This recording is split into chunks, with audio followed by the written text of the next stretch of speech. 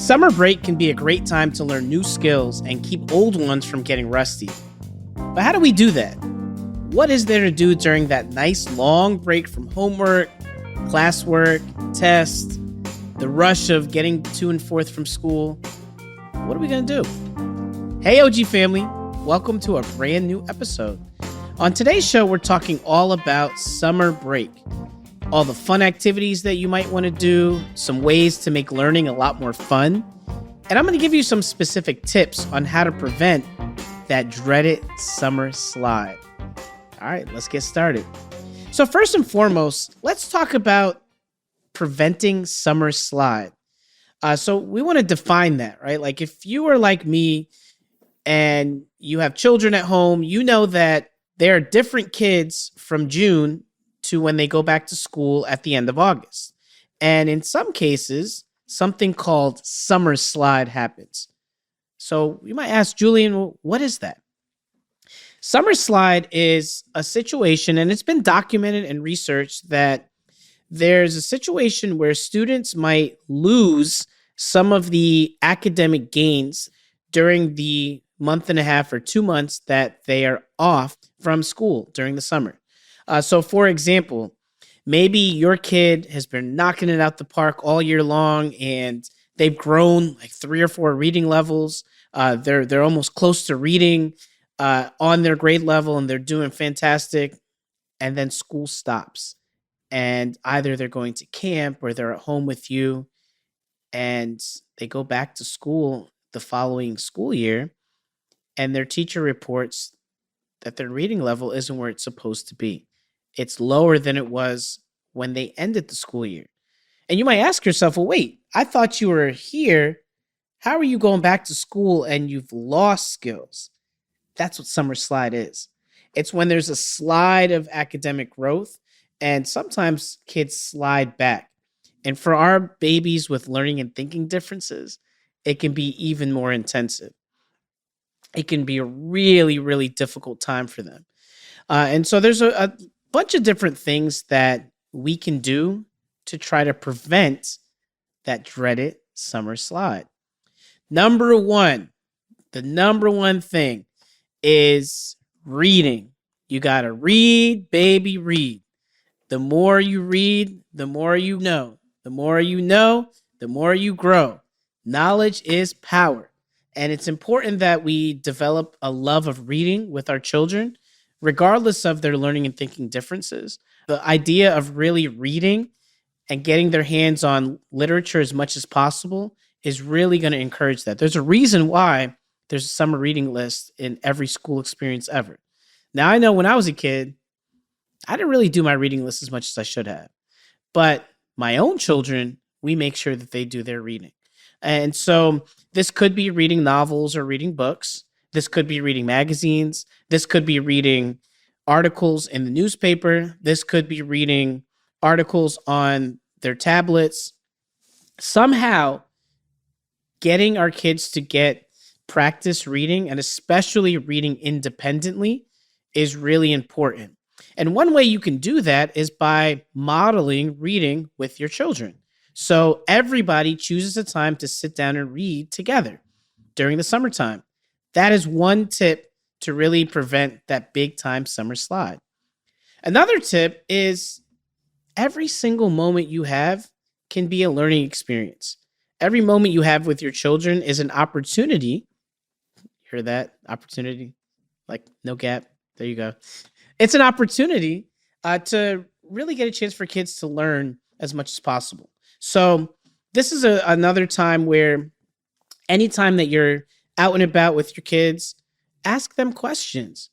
If you have kids that you know might struggle with directions, have them look at the GPS in your car as you're driving and have them point out the direction before they see it.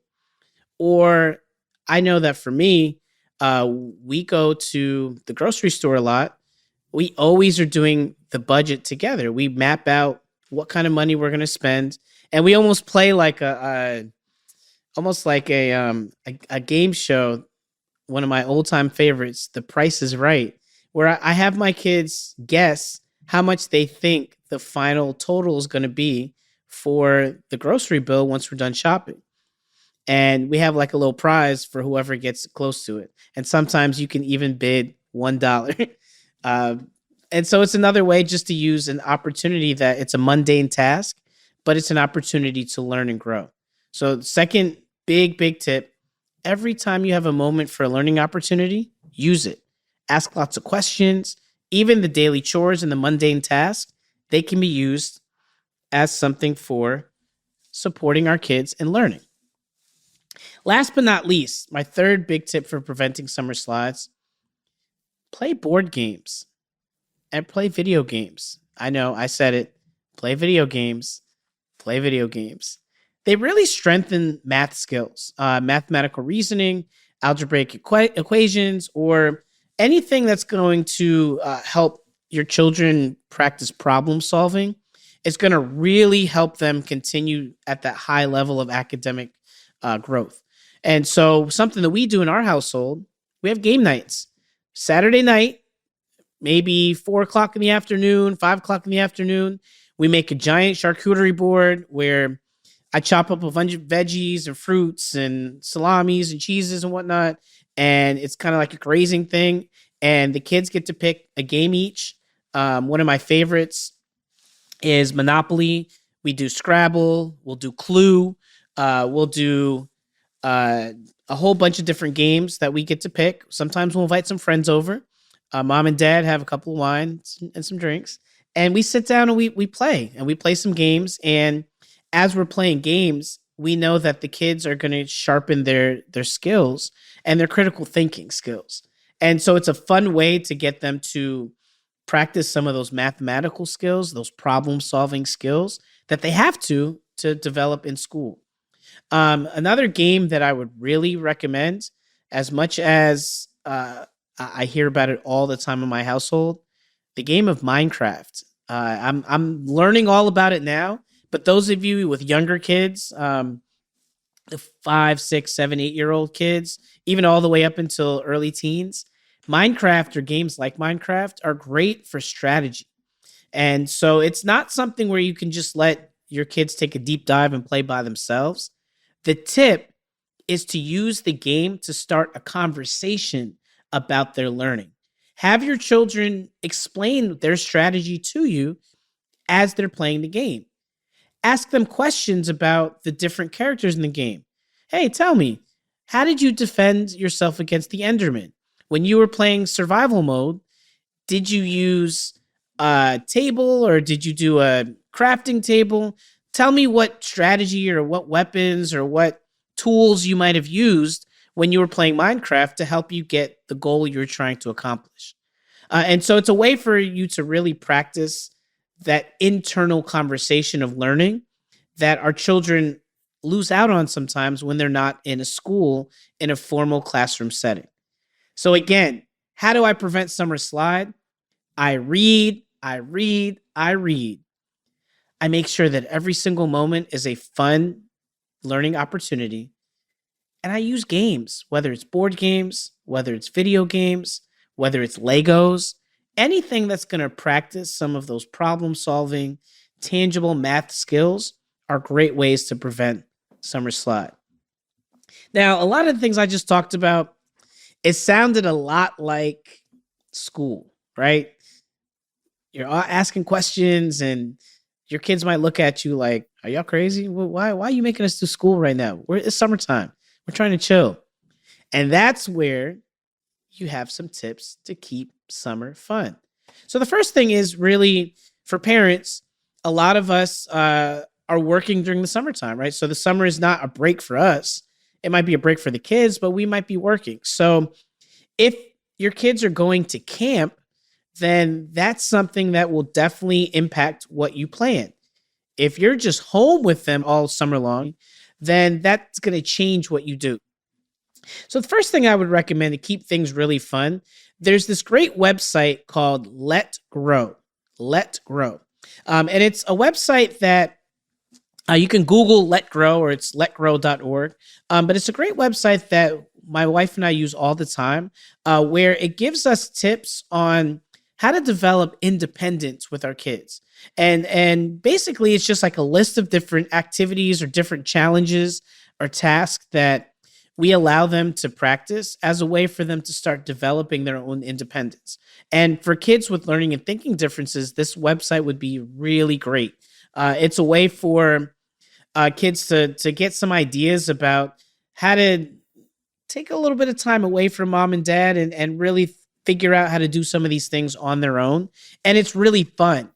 So that's a really cool website. It's a great place to check out some good ideas to keep things fun. Another thing that's really kept my family and our fun household going is something called Fun Afternoon Friday. Fun Afternoon Friday.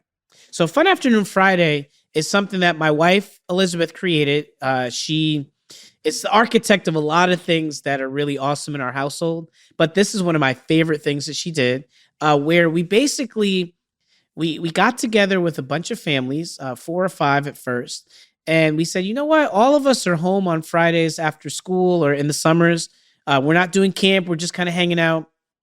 What if we get together and we plan some fun things at each of our homes?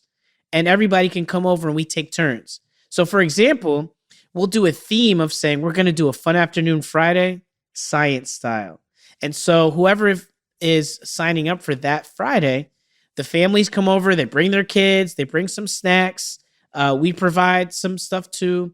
Everybody hangs out outside and we do activities where we'll make slime or we'll do some science experiments, or we'll do some things to really get the kids involved and engaged. And the other parents get to hang out and enjoy it too, and they don't have to do the planning. And so you're getting time to socialize together. You're getting all your friends together in one place, and you only got to do it like once every month or once every 6 weeks, where it's your turn to kind of bring everybody together and plan something. But your kids get to do this fun Friday activity every single Friday. So it's kind of like this awesome recess thing, except it's at somebody's house. And it takes the pressure off you as the parents to create something every single week. It's something that really has helped us a lot. So Fun Afternoon Friday, bringing your families together, bringing your friends together to hang out and plan a cool activity. It's a really great way to keep things fun.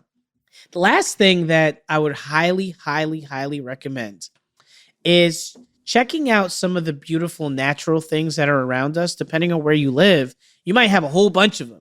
If you lived out west, you might have a ton of these. If you live on the East Coast, there's still some there, but the national parks are one of my favorite activities to do that's really fun and really affordable.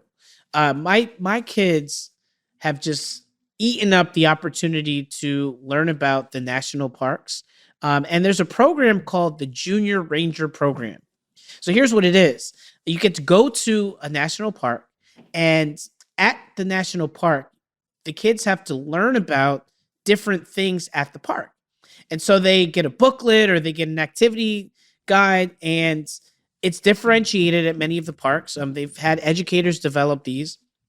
And so at the park, they create these activities that the kids have to take part in. And then at the end of their activity completion, they talk to a ranger, and the ranger swears them in as a junior ranger. And they get this cool little patch and this little, little emblem that they can put on a vest. And for younger kids, it's such a mark of accomplishment that they were able to get this patch. And it's something that really is accessible because we have over 60 national parks across the country. And again, they're super accessible, and it's a great way to get your kids out in nature, to have fun, but also to not break the bank. And for those of you that have fourth graders, there's even a special happening where anybody who has a fourth grade child, you can get into the national park with your child for free. There's free admission for fourth graders across the country. And so that's another way to really involve your kids in the beauty of nature, but also to have a little bit of fun. And for many of us, it's just a drive away. It's not that difficult to do. Other things that I would recommend are starting a garden. Start a garden at your house if you have the capability. Even if you live in an apartment building, you can go and just have a garden in your window. The amount of time and fun that you can come with from having your kids learn about growing their own food is amazing. We're fortunate enough to have enough land that we can have an entire garden full of vegetables, and we have chickens, and we have ducks, and we have a pond. And so we have a whole little farm at our house. But it's one of those things that it takes a little bit of money to set up. But once it's set up, it's so much fun. My last recommendation is to check out some of the websites that are in your location. In Philadelphia, we have something called Mommy Poppins, and there's a website called You Wish You Knew. And we use those websites to look at the events that are happening around our town. And it's a great way for us to really get a sense of the different cool activities that are happening. And a lot of them are free. Summertime is the time of free festivals. So it's a great time to really check those out. Another website that I would highly recommend is something called Thrill List. Thrill List is a website that, again, shares a whole bunch of activities that are happening in and around some of the major cities. And it's a great way for you and your family to check out what's happening. So you're just not looking on your own. It collates it by cost. So you have a good idea of what's free versus what has a small admission price. In closing, summer learning can be so much fun. I love the summer. It's my favorite time of the year. It's so much good times that can be had. And it just takes a little bit of planning and a little bit of proactive thinking, and your summer can be amazing. I hope today's episode affirmed the belief that summer learning can be super fun. And please let me know what tips you think you might try with your child. You can always reach out to us. Give us some ideas about what might work for summer learning in your child. So before you go, check out some of those really cool additional resources in the show notes. Thank you all so much for tuning in. Until next time, talk to y'all later, OG family. Thanks so much for listening today. We love hearing from our listeners. So if you have any thoughts about today's episode, you can email us at opportunitygap@understood.org. And be sure to check out the show notes for links and resources to anything we mentioned in the episode. This show is brought to you by understood.org. Understood is a nonprofit organization dedicated to empowering people with learning and thinking differences like ADHD and dyslexia. Learn more at understood.org.